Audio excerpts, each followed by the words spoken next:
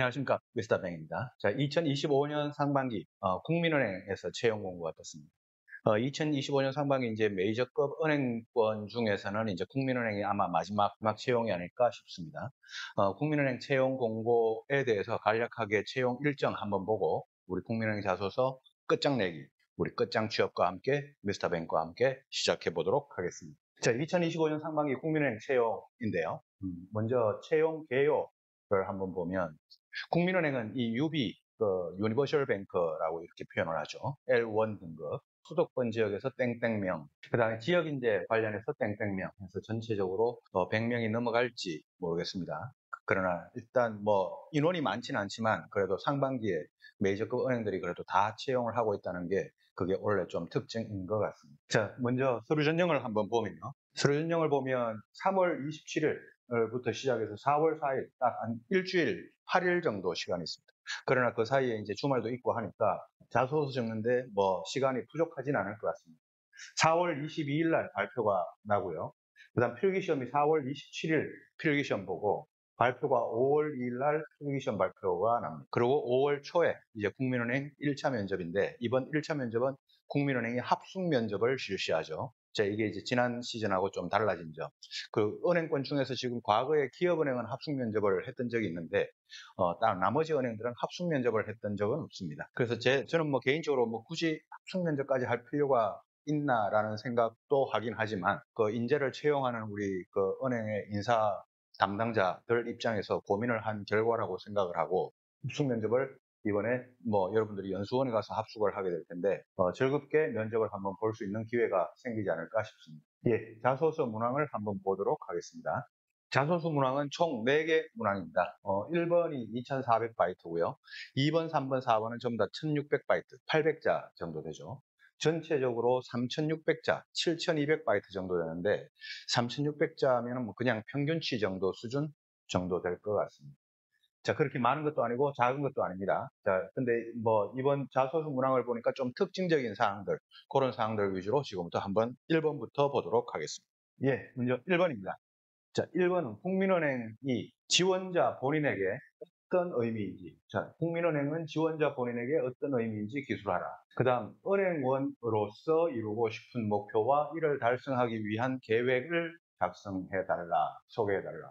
해서 2400바이트, 제일 긴, 글자 수로 보면 1200자죠. 1200자. 제가 이 1번을 가장 제가 비중 있게 여러분들에게 설명을 해드릴 것 같은데요. 자, 1번을 보면 먼저 거래 구조를 1200바이트, 1200바이트 이렇게 한번 나눠보겠습니다. 국민은행이 나에게 어떤 의미인지 이거를 한 1200바이트를 적는다. 600자죠. 자, 국민은행이 나한테 어떤 의미인지 이게 600자면 글쎄요.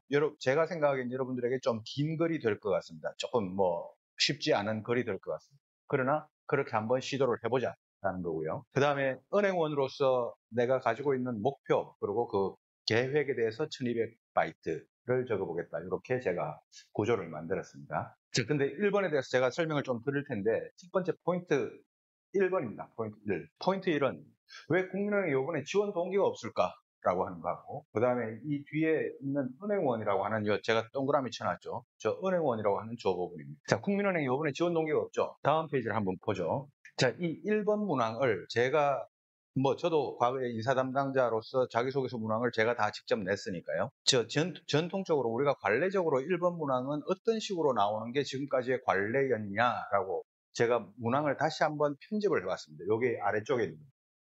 자, KB 국민은행에 지원한다는 것이 지원자 본인에게 어떤 의미인지. 자, 요 부분이 KB 국민은행에 지원한다는 것이. 요 표현이 여기는 지금 KB 국민은행은이라고 이렇게 나와 있죠. 근데 여기는 지원이라고 하는 단어가 나와 있죠.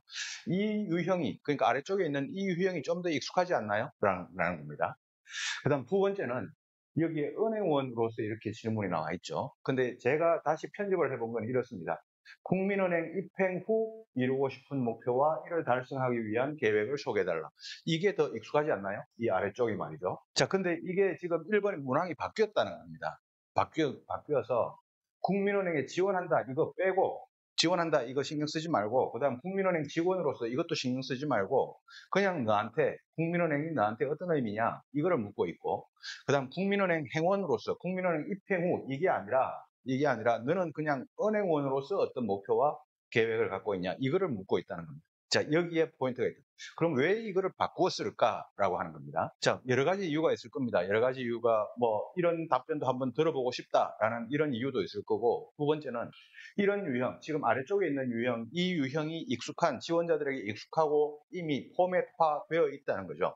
그러면은 좀 글을 바꾸어서 내보면 이 유형, 비슷한 유형을 지금 다시 복붙을 해오는 사람도 있을 거고 새로 글을 적는 사람도 있을 건데, 이렇게 그 문제를, 문항을 이렇게 바꾸어서 냈다는 이야기는 복붙해오지 말고 좀 글을 새로 적어달라라고 하는 이런 요구가 있지 않을까라는 겁니다. 근데 여러분들은 또 이거를 복붙, 지금 여러분 다른 은행이나 이런 유형의 글을 갖고 있던 그 답변 유형에서, 포맷에서 복붙을 해가지고 또 오면 또 읽는 사람 입장에서 또 식상해진단 말이죠. 그래서 복붙 좀 하지 말고 글을 새로 좀 적어보라 라고 하는 이런 의도가 있지 않나 라고 생각을 합니다. 제가 만약에 이렇게 문항을 냈다면 저는 그런 의도를 가지고 냈을 것 같습니다. 복붙해오지 마세요 라는 거죠. 자, 그게 이제 첫 번째 포인트입니다. 왜 지원 동기가 없냐, 그리고 국민은행이 이제 당신에게, 지원자에게 어떤 의미가 있냐, 이거를 묻고 있다는 거죠. 그래서 포인트 1은 복붙하지 말자라는 거죠. 자, 그 다음 포인트 2를 한번 보면요. 제가 여기 진심, 그 다음에 회사 소개서와 자기소개서라고 이렇게 적어 놓았습니다. 자, 진심이라고 하는 건 뭐냐? 지금 제가 여기 1200바이트, 이 1200바이트에다가 국민은행 이 지원자, 너에게, 당신에게 어떤 의미가 있냐라고 했죠. 제가 이거를, 여러분들, 뭐, 저도 AI에 대해서 뭐 그렇게 신뢰하지도 않고 신뢰하지 않는 것도 아니지만, 저도 AI를 씁니다. 여러분들도 AI를 쓰실 거고요. 제가 AI에게 저 문항을 글을 한번 적어보라 라고 이렇게 제가 명령을 한번 줘봤습니다. 한번 줘보니까 이렇게 나옵니다. 제가 AI한테 이 국민은행이 지원자에게 가지는 의미에 대해서 적어달라 라고 이렇게 한번 해보니까 이렇게 나옵니다. 제가 질문했던 게 이거죠. 국민은행이 지원자에게 어떤 의미인지. 그러니까 AI가 글을 잘 적어줍니다. 자, 밑에 소제목까지 이렇게 붙여줍니다. AI가. 국민은행은 지속 가능한 고객 신뢰 확보를 핵심 전략으로 삼고 있습니다. 이는 제가 개인적으로 매우 중요하게 생각하는 가치와 일치하며, 이런 식으로 이제 글을 적어줍니다. 이게 이제 AI, 제가 적은 게 아닙니다. AI가 적은 겁니다. 우리 훌륭하신 뭐 AI 종류는 제가 밝히기 어렵겠지만 AI가 적어준 저 글인데, 이 글이 과연 국민은행이 나한테 가지는 의미인가라고 한번 다시 자문을 해보면, 저는 이 글은 AI의 글이지 여러분들의 개인의 진심이 담겨 있는 글은 아니라고 생각합니다. 자, 그래서 제가 앞페이지에서 제가 뭐라고 표현을 했냐면,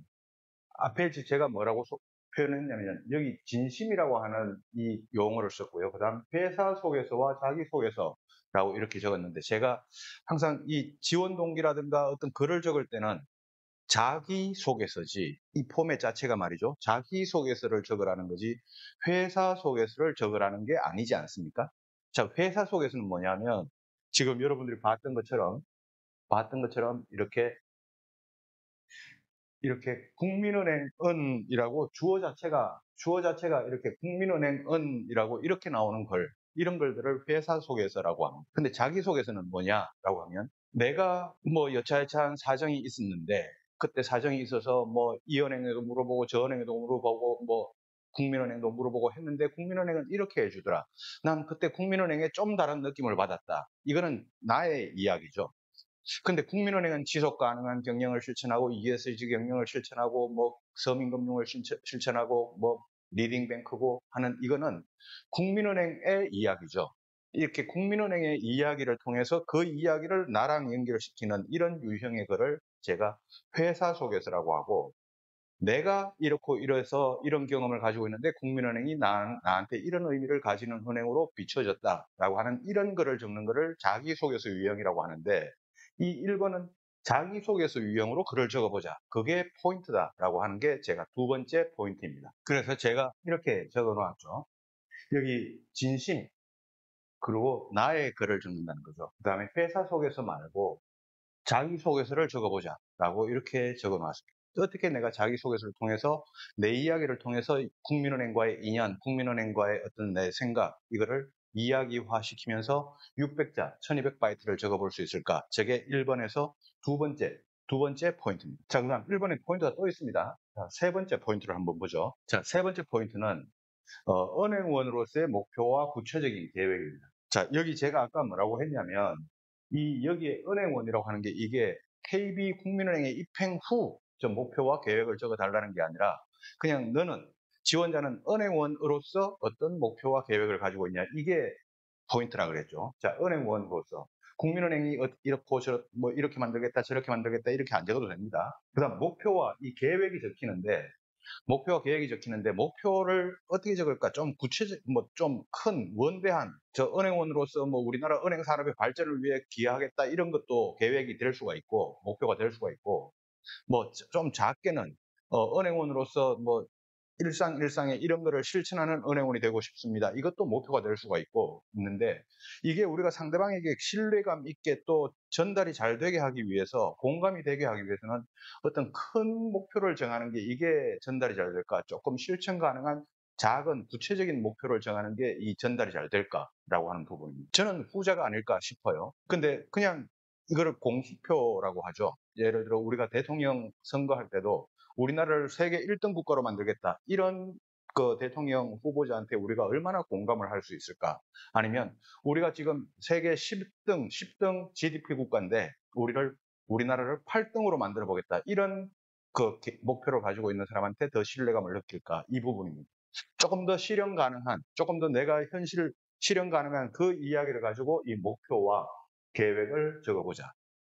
자, 요게 세 번째 포인트고요. 그 다음에 목표와 구체적인 이 계획 중에는 이 구체적인 액션이 계획이 나올수록 좋은 글이 됩니다. 자, 이 계획을 좀 구체적으로 계획을 어떻게 세울까? 요 부분이 저 1번 항목에서 2400바이트 제일 길죠. 저의 가장 핵심 포인트가 저 이 세 가지가 될 것 같습니다. 그래서 포인트 1, 지원 동기, 그 다음에 은행원, 그 다음에 회사 속에서가 아니라 자기소개서, 그 다음 세 번째는 목표와 이 계획까지. 국민은행 입행 후 계획이 목표가 아니고 은행원으로서의 목표와 계획입니다. 자, 그래서 1번은 요 정도로 제가 한번 이야기를 하고요. 자, 그 다음 2번입니다. 2번은 동료 또는 타인과의 관계에서 신뢰를 이끌어내기 위해 노력했던 경험, 그 결과에 대해서 기술해달라. 1600바이트, 800자 정도는. 자, 2번 저런 문항은 이제 그렇게 어렵지 않은 문항일 것 같습니다, 여러분들에게.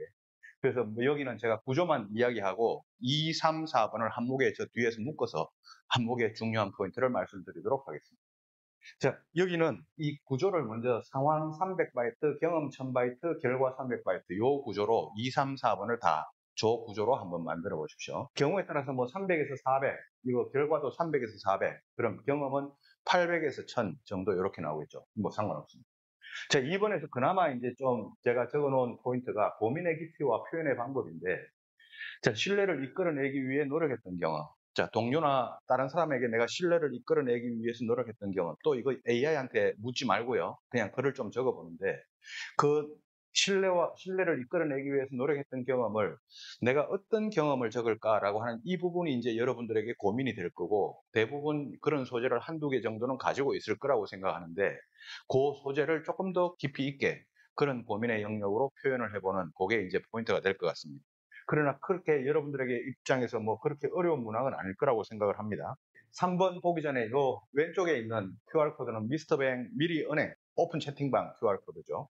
들어오는 비번은 2023으로 들어오시고, 그 다음에 들어올 때 여러분들 본명으로 들어오지 마시고 닉네임, 카카오 프렌즈에서 정해주는 닉네임으로 들어오시면 되고, 오른쪽에 있는 QR코드는 미스터뱅 블로그입니다. 제가 지금 유튜브 찍고 있지만 블로그도 항상 같이 운영하고 있으니 블로그에서도 좋은 정보를 한번 얻어보시고 저랑 같이 소통을 해보도록 하시죠. 예, 그 다음 3번도 마찬가지입니다. 저 3번도 그 새로운 환경에 직면했을 때 그 상황에 대처하기 위해 본인이 주도했던 경험, 새로운 환경이라고 했습니다. 자, 이거에 대해서, 이 경험에 대해서 1600바이트를 적는데 이것도 그렇게 어렵지는 않을 것 같습니다, 여러분들 입장에서. 그래서 여기도 마찬가지로 2번과 마찬가지로 300, 1000, 300인데 뭐 경우에 따라서 400, 800, 400 뭐 이렇게 가도 상관없을 것 같아요.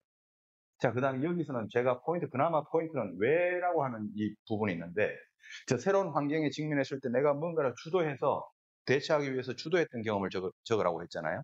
그때 왜 너는 주도하려고 했냐? 왜 그 상황을 대처하기 위해서 네가 주도를 했었어야만 되냐? 라고 하는 이 부분에 대한 왜라는 부분에 대한 답변을 꼭 한번 적어 보셨으면 좋겠습니다. 예, 그래서 3번은 좀 이따가 한목에 다시 제가 말씀을 드릴 거고요. 그 다음 4번인가요? 4번도 마찬가지입니다. 다른 사람하고 함께 과제를 수행할 때 팀워크, 협업이죠. 본인이 생각하는 가장 중요한 요소가 뭐냐? 그 다음에 그와 관련된 사례, 경험 사례를 팀워크 사례라고 여러분들은 생각을 하셔도 될 것 같습니다. 자, 그 부분을 이제 또 편집할 수도 있을 텐데 어쨌거나 간에 중요한 제가 생각할 때 팀워크, 과제를 수행할 때 중요한 요소는 이거라고 생각합니다라고 하는 거를 한 문장 먼저 앞에 적고 그 뒤에 이제 나머지 1600바이트 전체를 상황, 그때 당시 상황 300, 경험 1000, 결과 300. 그럼 2, 3, 4번이 전부 다 구조가 동일해지죠. 이렇게 적고. 자, 내가 중요한 요소를 뭐라고 선정을 할까라고 하는 부분도 여러분들 입장에서는 고민거리가 될 수 있을 거라고 생각합니다. 자, 결과가 아니라 과정이 중요하다고 생각합니다. 팀워크가 중요하다고 생각합니다. 소통이 중요하다고 생각합니다. 배려가 중요하다고 생각합니다. 과정이 아니라 결과가 중요하다고 생각합니다. 여러 가지 중요한 요소 여러분들 개인적으로 생각할 수 있을 겁니다. 자, 어느 게 정답이 있는 게 아니라 여러분들의 생각이 정답인 겁니다. 자, 그렇게 이제 글을 적어 보시는데 2, 3, 4번이 거의 구조가 동일하죠. 2, 3, 4번에 대해서 제가 한목에 말씀드릴 텐데 바로 전에 2025년 상반기 은행권, 금융권, 자소서 끝장내기 요 QR코드를 아마 촬영하시면 그 카메라 갖다 대면 아마 제 블로그 글로 갈 겁니다. 그래서 자소서 첨삭 프로그램에 대해서 블로그 글이 있으니까 관심 있으신 분들은 읽어보시기 바랍니다. 2, 3, 4번 이번 자소서 전체 끝장 포인트라고 해서 제가 적어 놓았습니다. 1번은 제가 충분히 설명을 드렸고 2, 3, 4번을 한목에 묶어서 한번 설명을 들어볼게요. 2번, 3번, 4번을 제가 구조 동일하게 이렇게 이야기를 했었죠. 자, 먼저 저기 빨간색으로 지금 적어 놓은 거 있죠. 은행, 금융, 그 다음에 성공이라고 하는 요 세 키워드. 요 세 키워드가 저 문항 2, 3, 4번 문항에 있습니까? 이 단어가 있습니까? 없습니까? 없죠. 자, 어디 은행과 관련된 경험 중에서 또 성공했던 사례를 적어보라 이런 거 전혀 없죠. 2, 3, 4번 문항 어디를 봐도 저 세 단어가 없습니다. 근데 여러분들은 이미 이 영상을 보고 있는 이 순간 이미 저 세 단어를 머릿속에 떠올리고 있을 것 같아요. 제가 여러분들 수없이 많은 자소서를 보면 어쨌거나 여러분들은 이 세 단어 사이에서 고민을 많이 하고 있을 것 같아요. 근데 문항에 절대로 저 단어가 없는데도 말이죠. 자, 저거는 절대로 여러분들이 좋은 거를 적기가 어렵습니다. 그래서 여러분들이 이 단어를 떠올리는 순간 이 단어를 떠올리고 여기에서 소재를 한 개 정도는 찾을 수도 있겠죠. 근데 이 안에서 자소서 소재를 많이 찾으려고 하는 그 순간 여러분들의 글은 이미 그 정규분포 수없이 많은 지원자들 정규분포 중에 중간에 들어가게 됩니다. 자, 그래서 제가 이번 국민은행 자소서, 이번 2025년 상반기 마지막 자소서입니다. 이 마지막 자소서를 어떻게 적었으면 좋겠냐? 제가 여러분들에게 드리고 싶은 조언은 이겁니다. 4가지. 자, 첫 번째로 챗 GPT, AI 이 도움 받지 마시고 3,600자만 적으면 되니까 그냥 나의 글을 적어보자. 마지막이니까 한번 시도해 보셨으면 좋겠습니다. 두 번째, 회사 속에서 적지 말고 내 자기소개서를 적어보자. 이게 인사 담당자들이 여러분들에게 바라는 글입니다. 세 번째, 나의 진심으로 나만의 글을 적어보자. 네 번째, 묻는 말에 정확한 답변을 해보자. 저 은행, 금융 저런 질문 없었단 말이죠. 그래서 여러분들 일상에서 나는 친구들하고 팀워크를 할 때, 또 봉사활동할 때, 동아리 활동할 때 아무 상관없습니다. 자, 일상에서 꼭 은행이 아니라 은행과 관련된 프로젝트가 아니라도 일상에서 제조업과 관련된 프로젝트라도 거기에서 내가 느꼈던 진심이 어린 나의 글, 그 글이 여러분들의 글이 됩니다. 그렇게 자기소개서를 적어보시기 바랍니다. 근데 물론 이 3개 다 그렇게 적으라는 건 아니고 그런 경험이 있으면 1개 정도는 그렇게 나와도 상관없습니다. 또 2개도 나와도 상관없습니다. 3개가 다 나와도 상관없는데 그게 진짜 진심 어린 글이라면 여러분들의 금융, 은행 저 경험이 나와도 상관없습니다. 그러나 진심 어린 진짜 진심이 아님에도 불구하고 그냥 이 안에서 소재를 찾으려고 노력하는 그게 여러분들의 글이 자꾸 다운그레이드가 되는 비결이 되고 있단 말이죠. 그래서 꼭 저 안에서 찾으려고 하지 마시고 저 안에서 안 찾아도 되니 나만의 정확한 답변, 묻는 말에 대한 정확한 답변을 해보자. 자, 그래서 이 4가지를 제가 여러분들에게 말씀드리며 우리 끝장 취업 미스터뱅은 여러분들의 은행권 취업을 끝까지 응원하도록 하겠습니다. 다음번에 다시 뵙도록 하겠습니다.